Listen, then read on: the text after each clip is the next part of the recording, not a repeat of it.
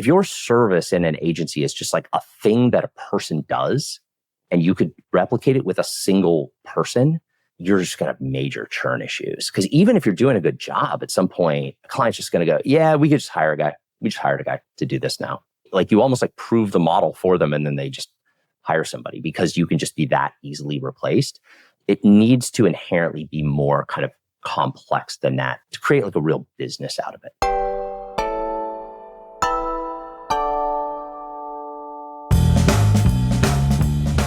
Hello, welcome to Confessions of a B2B Entrepreneur. I am Tom, your host, and today we have an episode with John Ghiorso, who spent roughly 10 years building a Amazon-focused agency, sold it, did a 3.5 year, and actually he stayed longer than that now, then decided that he wanted to retire. That lasted 3 months, and now he's back in the game, starting 5 agencies in 2 years. So in this episode, we go through that Amazon agency journey, and then we break down why someone would want to consider actually trying to build 5 agencies in 2 years. Awesome conversation. I know you're going to love it. First of all, shout out to Fame for the production of this show. They help find the guests, they produce the episodes, and they promote the show. If you would like a show like this, go to fame.so and request a proposal. Say that Tom sends you, and I'll make sure they look after you during that process. So let's jump into this discussion with John now. John, welcome to the show. Yeah, thanks, Tom. Thanks for having me. So I want to dig into really 2 parts of your work history. It sounds like an interview. But I want to start with the Orca Pacific journey, and then I want to dig into what you're doing now. Yeah. So, which is, I believe, starting 5 different B2B agencies at the same time. Over a 2-year period of time. We're giving ourselves a little bit of time between each one to get it kind of up and going before we jump into the next. So yeah. Okay, so let's explore the foundation to this, which I believe was Orca Pacific. So if it would be good to just like share like a couple of sentences like overview of what the business was, and then I want to dig into like how you grew it, et cetera. Yeah, for sure. So Orca Pacific really at its core was a full service Amazon agency. In the early days, it was kind of a little bit of a different thing. And then in the very later days, we actually expanded out to other commerce platforms. But the headline is it was at its kind of peak. It was a 8-figure, 100-person full service Amazon agency that I started and ran for actually over a decade, if you include the sort of sale and integration period with Media Monks. So yeah, there's a lot of time, a lot of lessons learned. Happy to go into whatever you want. So you do like the organic Amazon store optimization, and then you would also do paid. Yeah. So our approach was to basically do everything humanly possible to maximize the Amazon channel on behalf of our clients. So there were a lot of agencies that kind of entered the Amazon space from different places. Some did creative, some did ads. For us, it was always about doing everything, including the like weird stuff that didn't really fit in a traditional agency model, the sort of the operational issues, the kind of consultative stuff, frankly, representing our clients in big, hairy negotiations. So really operating as like an agent or a broker in a more sort of traditional sense in some cases, like more of a middleman. So we aimed to do it all. And frankly, that served us really well because we did a lot of really hard stuff that was very difficult for a traditional agency or just like paid media agency to understand and to tackle. And we had very large clients that were with us for a decade as a result. Yeah, I love any way to like make your agency slightly different than competitors. And especially if it can be focused on one specific thing. So now it's just like super clear. You did the Amazon channel, even if it like kind of went outside of marketing. And then that probably also helps you with marketing the business because you could just talk about Amazon, like everything Amazon. It's very, very smart. Yeah, it was very clarifying, I think, for the market, but also for our internal team to just go like, this is what we do. We want to be the best in the world at Amazon. That was our thing. It was like, if you can say it in one sentence, which I'm still working on for the new business, by the way, but if you have the clarity to describe what you do with one sentence, we're the best in the world at Amazon. It's what we do. Like, it worked. Internal clarity is very important. Yeah. So how did your role evolve throughout those roughly 10 years of running it? Yeah, man. So I was actually thinking about this yesterday, kind of the phases of an agency. So I think in the beginning, I'm sure any agency entrepreneur listening to this would relate. In the beginning, like almost everyone starts as sort of like an accidental agency owner. You're basically like a person that knows how to do a thing. And then you're like, oh, people will like pay me to do this thing. And so you're basically a consultant. That's functionally how I started. And then there's more demand, or you figure out a way to drive more demand for your services, and you hire some people to help you. And they're sort of like mini yous to offload some of the work to. And then all of a sudden you have maybe 8, 10, 12 people and a couple $1,000,000 in revenue. And you're like, wow, we're an agency. And so that was kind of like the first phase. Is it's just a group of people doing stuff for clients, quite unstructured. There's roles, but like I'm involved in every client. Everyone reports to me, completely flat organization. That got us to, I don't know, probably 3 or 4 million in revenue. I would say kind of like phase 2 was systematizing that, pulling myself out of the delivery for most of our clients, except for the very biggest ones. We had this kind of interesting in-between phase where, because we did this over a pretty long period of time, like we had a good reputation, we had referrals. I was doing all the sales myself and all the kind of go-to-market myself. It's like a one-man growth team. For the whole time of the company? No. So there's actually a really important kind of pivotal moment where I changed that. But I would say up until probably 4 or 5 million in revenue, it was like just me.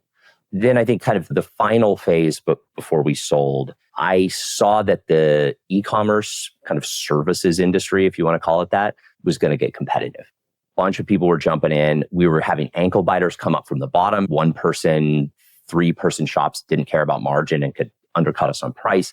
Then we had the big guys jumping in, the holdcos and the consultancies spinning up divisions to try to go after this, buying some of our independently owned competitors. And it was like, okay, it's time to like get serious about this, make it into a quote unquote real business and accelerate the top line growth. So at that point, I built out a full stack growth team. We went from like me doing sales to I think 8 or 10 people just on our growth team in about a year, and just hammered top line growth. And then we went from, I want to say probably like, just to kind of give a reference point, I think we went from about like 4 to 12 million in 3 years.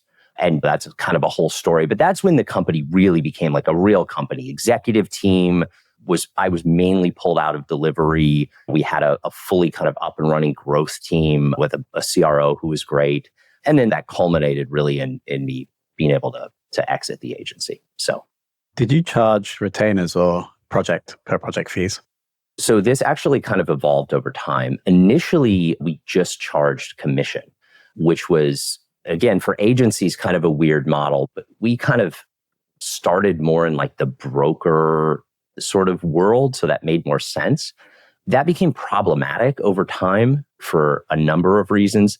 There may be still some sensitivity here. So that's probably all I'll say. It just became, I think it was actually a great model. It's very incentive aligned. It just became difficult from an actual like business model perspective is what I'll say. So then eventually we kind of moved to more of a retainer plus like a growth bonus model.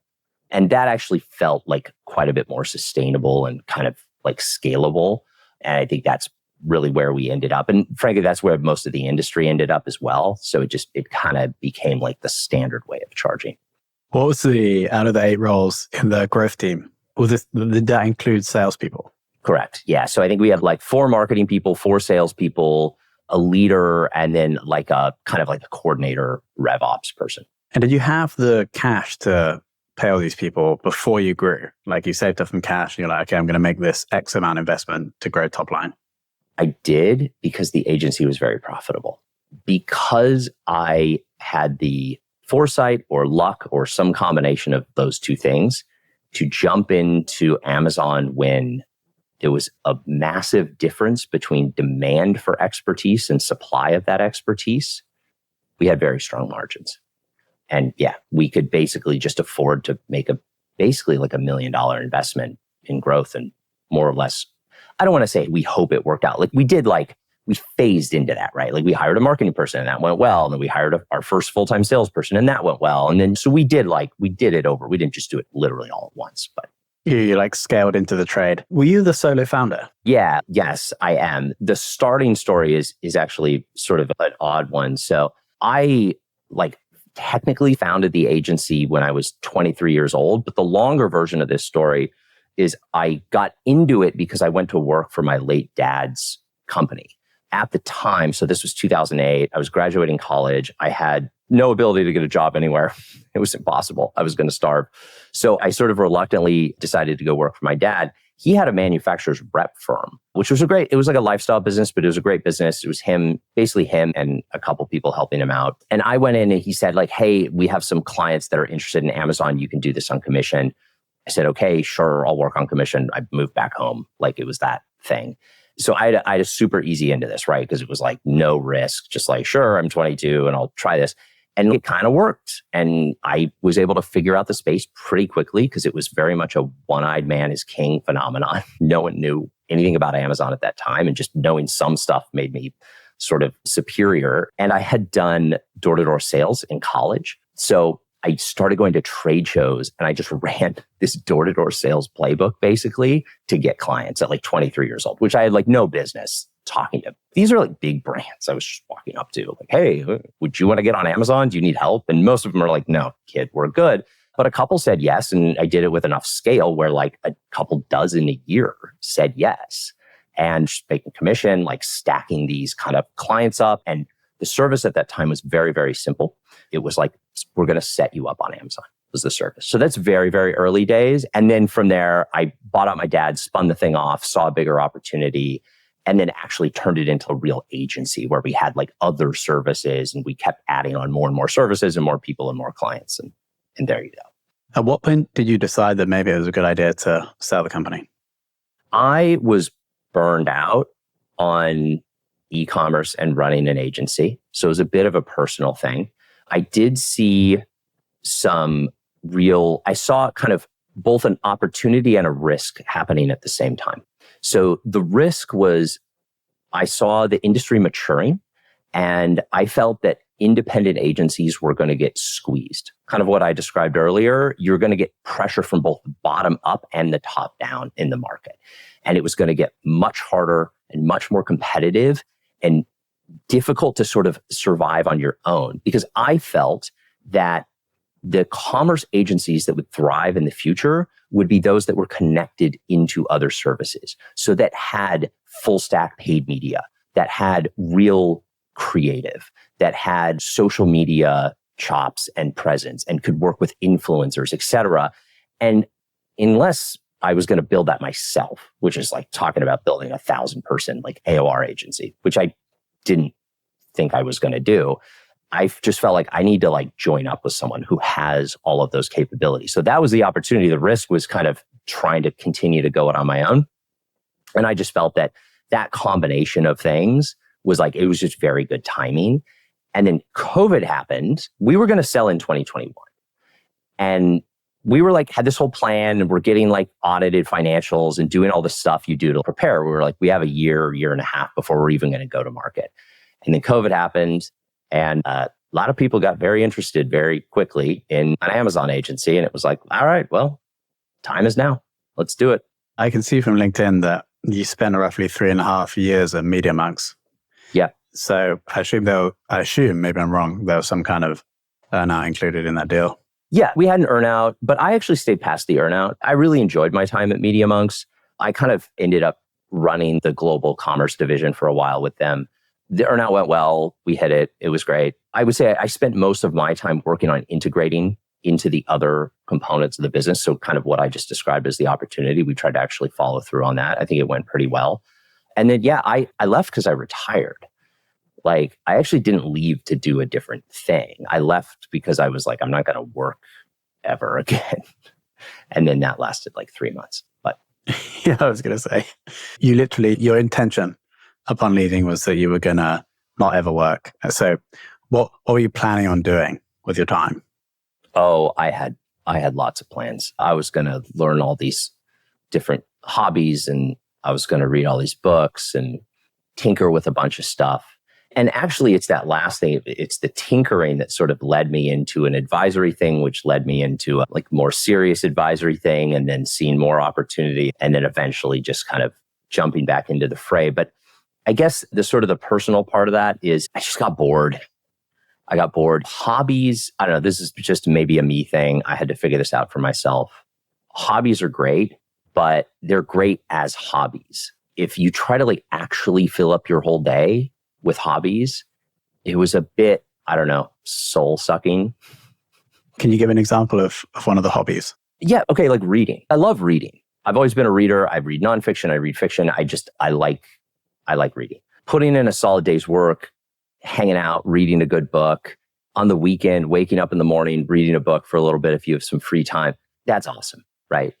If you sit in your home office by yourself in the middle of the day reading books, first of all, you're completely socially isolated. Like you're just alone for like a long period of time, day after day after day. And two, it starts to feel vapid. It takes this thing that is enjoyable and makes it feel pointless. Again, just my experience. I'm sure there's some people that could do this and they would be just like so content. And honestly, I'm kind of jealous of people like that. But for me, I looked back on the period of time where I was kind of retired and I projected that out for 20 years. And I was like, if I do this for 20 years and I look back and I go, this was most of my life or maybe all of my life, I don't know. Would I be content with that? And the answer was just like, no, I think that would be a waste. So that's where I ended up. Makes sense. Let's move on to the current thing. So my first question is why launch 5 agencies in 2 years instead of 1 agency in 2 years? Because there are a number of different domains that I'm interested in that I think have opportunity. And I believe that agencies, especially when they're small, and even when they're kind of mid-sized, 100 people, et cetera, should be very niche focused. So if I were to launch one agency that did all of these things, I would be a massive hypocrite. And I don't think it would work because we'd be going, hey, we're an agency with 8 people and we have like these like 17 different skill sets. And anyone who looks at that, who knows anything about agencies is just going to go, no, you don't. Like you don't, because you can't actually be good at all of these things simultaneously. So instead of that, what we're trying to do is launch these agencies that should all hopefully become pretty quickly 7-figure businesses and all of the opportunity to become 8-figure businesses on their own, but that are all like very focused in a specific niche. The aim is I don't love the productized service concept because I think it gets overdone and can really water down like what you're actually providing in terms of value for clients. But there's sort of quasi-productized services that aim to kind of just offer a tremendous amount of value for the price in a very kind of like specific focused way for their clients and then go from there, right? And then hopefully all of these things take this like very strong kind of starting point and foothold of a service. And then as they scale and get more resources, kind of expand out more and more. Eventually, my assumption is they'll start kind of working with one another and cross-selling more. But yeah, that's kind of the starting point. Also, I'm very keen on this idea of not being the sort of in the weeds, like full-on founding CEO of these things, which you can't do if you have 5 of them. It's impossible. So I'm hiring GMs to run them, right? And I'm going to be very involved in all of them, but it's the GM's show, right? They're functionally like the CEO and I'm more in like a executive chairman, like highly active chairman kind of role. So how many have we worked on in the 2 years? So we're super early. Like we basically just announced this. We haven't even announced the name or the website or anything yet, or websites, I should say. But so the first one we cheated on, my business partner, Garrett Cottle, founded an agency called Influent. It's a full service LinkedIn agency. Garrett was my former director of marketing, and LinkedIn and thought leadership was a huge part of the strategy at Orca. Very long story. He left Orca to start an agency to do the thing he did for me. And then I started advising with him. And then one thing led to another. And his kind of big vision of all of these different opportunities in B2B was very aligned with mine. And so him and I said, hey, let's start this thing. So agency number 1 is already up and running. It's called Influent. It's doing very well. Garrett's still running that day to day. He's the founder and CEO. So the first kind of one we're starting from scratch is launching January 1st. It's going to be an outbound messaging agency, starting with email, then adding on social DMs. And then eventually, and maybe this is too science fiction, but I'm very interested in AI avatars and kind of the role that could play in asynchronous outbound messaging. So that's number 2. Do you have the GM lined up for that one?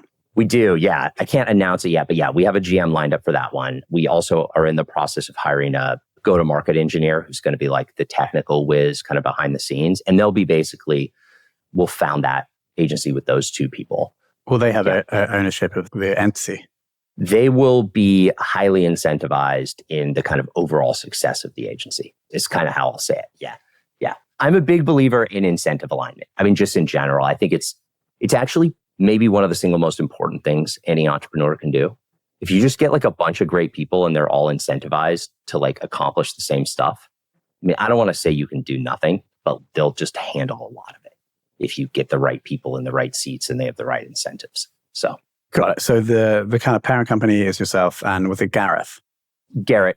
Yeah. Garrett. And he's currently full-time running agency number 1. Yeah. And then your like role is going to be for 2 to 5 to find the GM. Yeah. I assume you already have the ideas for the remaining 4 and then get them sparked off.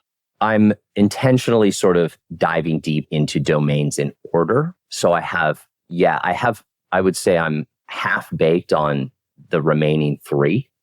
There's domains I'm really interested in. I don't have the full sort of business model sorted though on any of them. And that's why the 2-year thing, right? Because I mean, I think it's really easy to start an agency as like a hyper productized service, like some really, really niche thing. I think that's fine, but I do think it's kind of limiting and you're probably gonna have really high churn. And so I do want to create these things even from day one that are kind of unique and multifaceted and differentiated, and not just like, hey, we build like YouTube thumbnails as a service. Like, which you could do and you could spin that up and get 300 grand in ARR like really fast probably. But I just like, where do you go from there? So anyway. So are you saying that the kind of less narrow the service you provide, potentially the higher retention because you have like more tentacles stuck into the client? Correct. Yeah. So it's this balancing act. And I know probably people listening to this are going, wait, isn't this guy contradicting himself? I do think you need to be niche focused. Like your domain, if your domain is your niche, I think that needs to be very focused. For example, Influent, right? First agency in Garrett's show, but we're very aligned on this. The niche is LinkedIn. It's like pretty straightforward. Like it's one platform, right? But then the services are actually pretty complex and multifaceted. There's a lot of different kind of touch points. So it's not just like we build content on LinkedIn. It's messaging and it's connections and it's the paid side. And it's all kind of like this cohesive approach to this niche. That's the thing, because that's worthy of a service company, right? Like if your service in an agency is just like a thing that a person does and you could replicate it with a single person, you're just going to have major churn issues. Because even if you're doing a good job, at some point, a client's just going to go, yeah, we could just hire a guy. We just hired a guy to do this now. Like you almost like prove the model for them and then they just hire somebody because you can just be that easily replaced. It needs to inherently be more kind of complex than that to create like a real business out of it. Exactly. Because in the case of the Influent, the LinkedIn agency, it's maybe unlikely that the client would be able to hire someone that can do like organic, paid, outbound. Makes sense. They would have to probably spend $300,000 or $400,000 in payroll to replace a service that costs 60 to 90 grand a year, right? So could they do it? Yes, I think so. They would also have to figure out the whole tech stack angle. They'd have to actually build some like custom code internally to do some of the things. Could it be done? Yes, it could be done. Is that really where most companies want to drop close to $500,000 a year when they already have like a fully up and running high quality service? Probably not. Maybe some will, but like that's a bet I'm willing to make. And I think that similar kind of concept is where I want to build businesses in other domains. Are you willing to share the domain for agency number 3? Okay, so I'll share an idea. I don't know if it will be agency number 3. And again, this is loose. So anyone listening to this is going to be like, oh, I don't know, man. I'm very interested in performance PR and what I would call contemporary gatekeepers. So the world of PR is this massive industry that's been around for 50 years. But we have this rapidly changing information and media landscape. More people are getting their news on TikTok than they are on cable news at this point. I don't know. That's not a real stat, but just as an example, right? Like the world is changing very quickly. So traditional PR, I think oftentimes is more of an ego play. And I know this because I did this. Like at Orca, we had a PR push and I was featured in the Wall Street Journal and the New York Times and the Washington Post and a bunch of sort of like TechCrunch-esque publications, right? And honestly, I don't think it did anything for our business. And then I would like go to some industry like webinar with 80 people on it. And it would drive like 3 clients and we would close $500,000 in business. So I think one is the performance nature of PR. How do you fix that? And then 2 is go where your audience actually is. That's the sort of concept. What the specific service is, I don't know yet, but I think there's something there. And I think that would be if you could package that up in a way that you can just go, hire us, we'll just handle it. It will handle it. It's fully done for you. Yes, we need your executive or your founder to be involved in this to a degree, right? Because it's their likeness and ideas, et cetera. But the rest is fully packaged up. Team around you will handle everything. You pay us our rate. It's measurable. We'll provide reporting. We'll provide attribution. I think there's something there. I just don't exactly know what it is. By the way, if anyone wants to run that thing and thinks they're an expert, hit me up. We'll link to John below. How did you find the GM for the second one? The GM for the second one, I knew through a pre-existing relationship. It's a little sensitive, so that's all I'll say for now. For sure. And then probably my final question is about the role of technology in these. You mentioned there's going to be a tech partner. I assume there's going to be some kind of tech infused into all of them. Correct. Yeah. So my belief generally, and I'll certainly apply this to these agencies, is I do think agencies should have internal technology. I think they should understand that the market will create a lot of value and innovation. SaaS and other tech that you can sort of buy off the shelf should absolutely be part of your strategy, because an agency thinking they can be a SaaS company is a very dangerous thing. So my philosophy is this: take the best of what's out there, but then inevitably that's not going to be enough to fully achieve your goals for your clients. And then take that tech stack and then build kind of around that and within that to then create additional kind of real proprietary technology that you can then offer to your clients, will help amplify your service, but also help just create more quality and stickiness in your service. So yeah, Influent already has proprietary tech. We're already thinking about it for agency 2. It will absolutely be part of the kind of business model for all of these agencies. And so you wouldn't recommend an agency that builds some proprietary tech around the best-in-class tools to then sell that separately. It should only be for clients. There are a trail of bodies of companies that have tried to do this. There are a couple notable examples where they did it successfully. So I don't want to say it can't be done. I mean, there are people that are probably on yachts right now because they successfully made this leap. That being said, I know personally at least 10 stories of people trying to do this. Here's what I would say. If they do want to do it, you have to spin it off as a separate company with separate funding, separate P&Ls, separate leadership, et cetera. Doing it internally could absolutely destroy your agency, and I've seen it happen multiple times. Spinning it off is something that you could try, but it probably won't work, but you could try it. And then you have 2 companies, right? Like you probably, if you're an agency entrepreneur, unless you're a technical person, which you're probably not because you already would have just started a SaaS company if you were. If you're an agency guy like me and not technical, probably just keep running the agency. If you do think the thing you built internally really could be SaaS, find a CEO, do a seed round, whether that's you or other people, and run it like a traditional kind of SaaS company as a separate entity. That's my very, very strong from actual real experience advice on this. John, I appreciate you coming on and being so open. We're going to link to your LinkedIn below. I don't think if anything else we can link to regarding the new stuff, we'll link to Influent.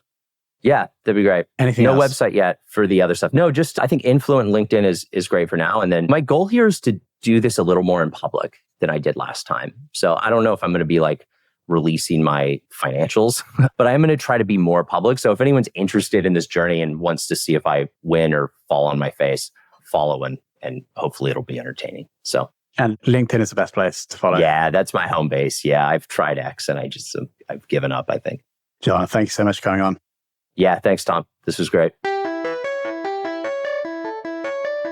Okay, team. What do we think of that? Super interesting. I really enjoyed it. Like so much stuff, super relevant to me and the Fame journey right now. Good luck to John. We'll be linking to John, Influent, and John's LinkedIn below. So go and check those out.